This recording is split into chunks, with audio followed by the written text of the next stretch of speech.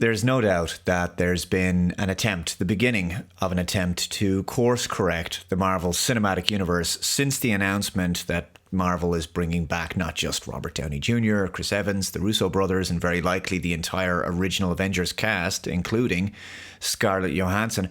I expect a real turnaround by, say, Fantastic Four, which will take us to Avengers Doomsday and into Secret Wars.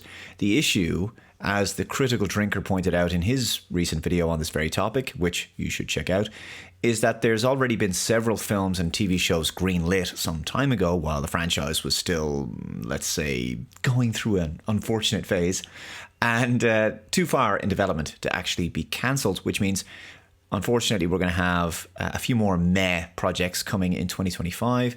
The question becomes, by the time the franchise improves and starts to give the fans what they've been actually wanting to see, will it be too little too late? Will the damage simply have been done?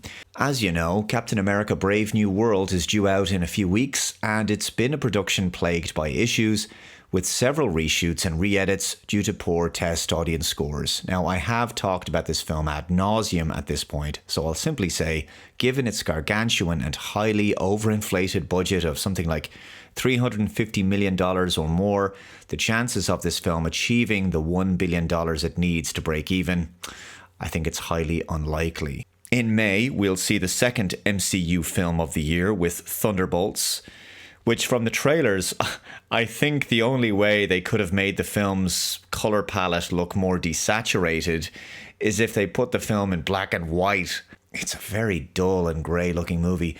It's kind of an Avengers B-team with secondary characters from various other MCU TV shows and films. I'm not sure it has the superhero star pulling power to be a massive success, but at least we haven't heard any reports of extensive reshoots coming out of the production like we have with Brave New World. So it stands a decent chance of breaking even.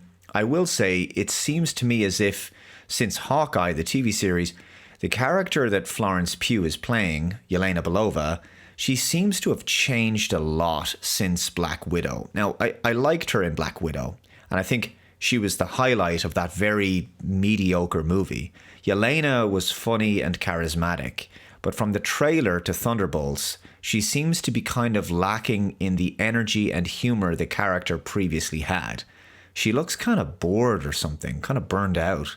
It's quite a change in the demeanor of her character in such a short time. I guess they feel she needs to be more serious and mature and assertive now that she's the primary character. The film looks okay. Maybe it'll be decent, I don't know. But I think so many other Marvel characters and projects could have been greenlit instead. So I don't see this being the next Guardians of the Galaxy. To me, it doesn't have the same kind of big draw. I just don't get this one. In March, there's a new TV series, Daredevil Born Again, which from the trailers, it looks like it's going to be more in keeping with what fans have been waiting for. It looks like a suitably hardcore follow-up to the TV series, which ran from 2015 to 2018, with the same cast brought back, and the trailers have been well received by fans. So there's at least some positivity directed at the project. It could be among the highlights for the MCU in Phase 5, certainly on television. Now, the quality in Phase 5 has been up and down, to say the least. Ant-Man and the Wasp: Quantumania and the Marvels both being very poor, low points. Guardians of the Galaxy Volume 3 was decent enough. Deadpool and Wolverine, solid, well received. Like I say, we'll see how Thunderbolts and Daredevil Born Again go, but Brave New World is probably going to be poor, and certainly from the trailers it doesn't look good. And then when you consider Phase 5 also gave us depressing rubbish like Secret Invasion, dreadful television show, or Agatha All Along, which was middle of the road. It's been an inconsistent phase, to say the least. So, and then in the summer, in June, you have to throw in Ironheart as well. Ironheart is a 6-part TV series about the character of Riri Williams, and she was introduced in Black Panther: Wakanda Forever, another kind of forgettable MCU movie. And she's a young MIT scientist, genius, and supposed to be as good an engineer, if not better, than Tony Stark. She built her own Iron Man type suit.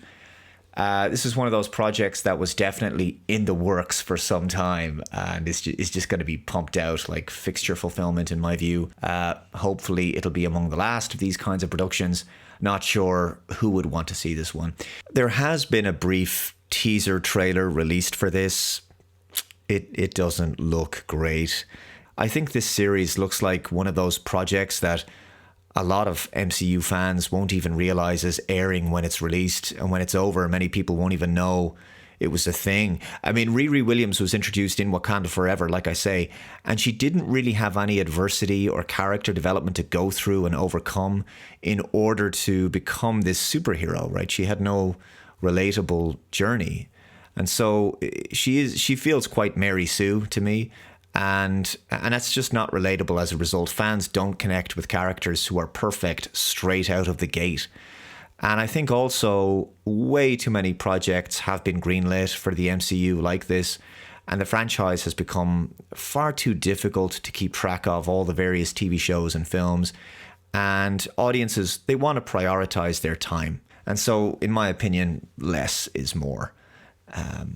The franchise has to start prioritizing quality over quantity. So that concludes Phase 5, and we move straight into Phase 6 then with Fantastic Four, First Steps. So I've no interest in the Fantastic Four outside of the 1990s cartoon, which I liked as a kid. The 2005 and 2007 films were okay. They weren't a patch on the Spider-Man or X-Men movies that were coming out around that time. The 2015 reboot, I think, was just dreadful. It was one of the worst superhero movies I've ever watched. I get the impression that Marvel feels they've kind of run out of gas with the regular MCU characters they've had for a while, and a lot of those actors have moved on. And they just want to sort of throw any other Marvel property character into the mix, including Fantastic Four and the X-Men, which they've been talking about introducing for a while. And they seem to have been building up this Fantastic Four movie for a while, as if it's going to be sort of the panacea to all of the MCU's woes.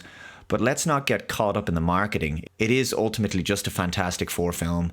These are superhero characters who I think worked better in animated and comic book form than they did in cinema. If you look at Phase 6, the films are Fantastic Four, Avengers Doomsday, and then there's a new Tom Holland Spider-Man movie in there, and then Secret Wars. So it does have potential for being a stronger and more consistent lineup of films for the MCU than compared to Phase 5, and possibly some of the strongest material since 2019.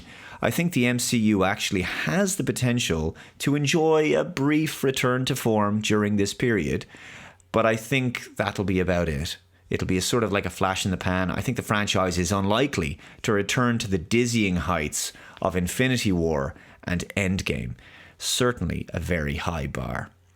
Let me know your thoughts in the comments below. Thank you very much for watching, guys. If you haven't already, please subscribe to the channel. A lot of you do come back often, but you don't subscribe. Remember, it's totally free. You can change your mind and unsub at any time. Take care. I'll see you next time. Bye-bye.